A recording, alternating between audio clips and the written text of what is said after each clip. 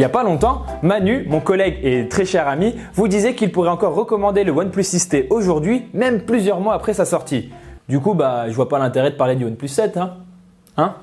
Mais non, je déconne. Évidemment qu'on va en parler, on est là pour ça. Salut à tous, c'est Omar de Frandroid et vous l'aurez compris, on va parler de ce OnePlus 7. Il y a beaucoup de choses à dire, notamment autour du design où il y aurait pas mal de changements intéressants à venir. Vous êtes prêts? C'est parti.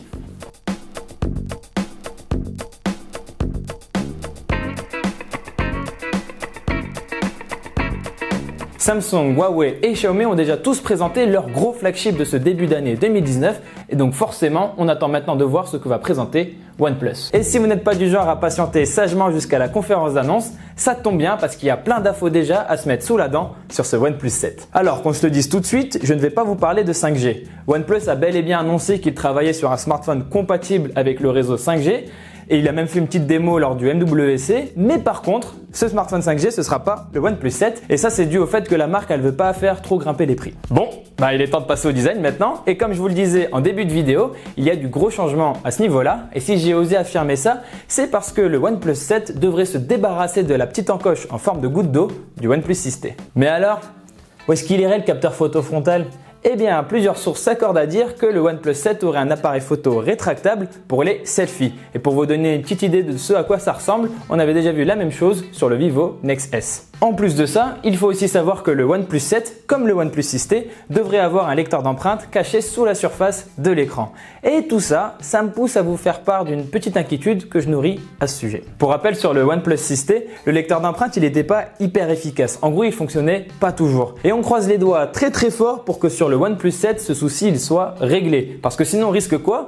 Eh bien, on risque tout simplement de se retrouver avec un capteur d'empreintes frustrant et une reconnaissance faciale qui met un petit peu plus de temps que d'habitude puisqu'il faudra attendre que la caméra sorte de sa cachette pour détecter le visage. À part ça, sur les rendus qui ont déjà été publiés sur le web, on peut déjà voir que le OnePlus 7 il aurait un look plutôt classe avec des angles arrondis et un dos bien incurvé sur les bords. Détail intéressant, sur la surface arrière du OnePlus 7, on peut voir un triple appareil photo et ça ce serait une première pour la marque et pour l'instant on parle d'une combinaison de capteurs de 48, 20 et 5 mégapixels. L'hypothèse la plus probable c'est qu'on se retrouve avec un capteur principal, classique quoi, un ultra grand angle et un troisième capteur en support pour aider à faire de jolis modes portrait. Alors on rappellera quand même que le OnePlus 6T, il était loin d'atteindre la même qualité photo que les meilleurs smartphones du marché.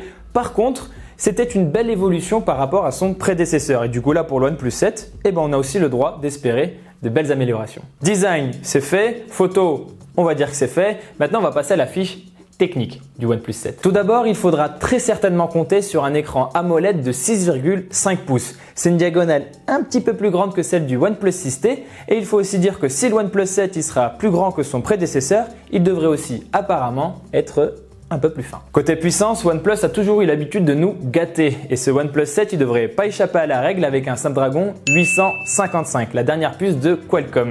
Et à ça, vous ajoutez 8 à 12 Go de RAM et on devrait être tranquille. Pour le stockage, on parle pour l'instant d'un espace qui va de 128 à 256 Go et tout ça en UFS 3.0 et ça c'est un détail intéressant parce que ça va permettre plus de performance et un temps d'ouverture des applications encore meilleur. En ce qui concerne l'autonomie, on devrait être tranquille avec la batterie de 4000 mAh associée à une charge rapide de 44 watts.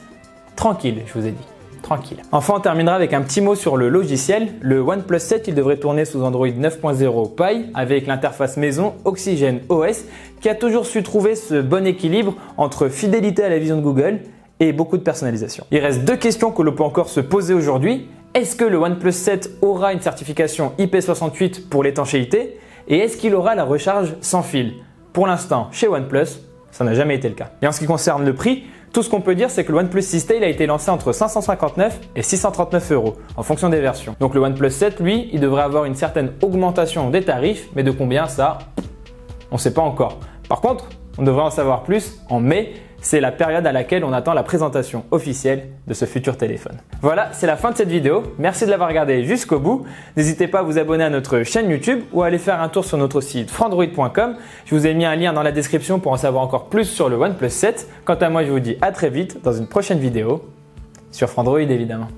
Sur Frandroid. Sur Frandroid. Sur Frandroid. Je sais pas pourquoi.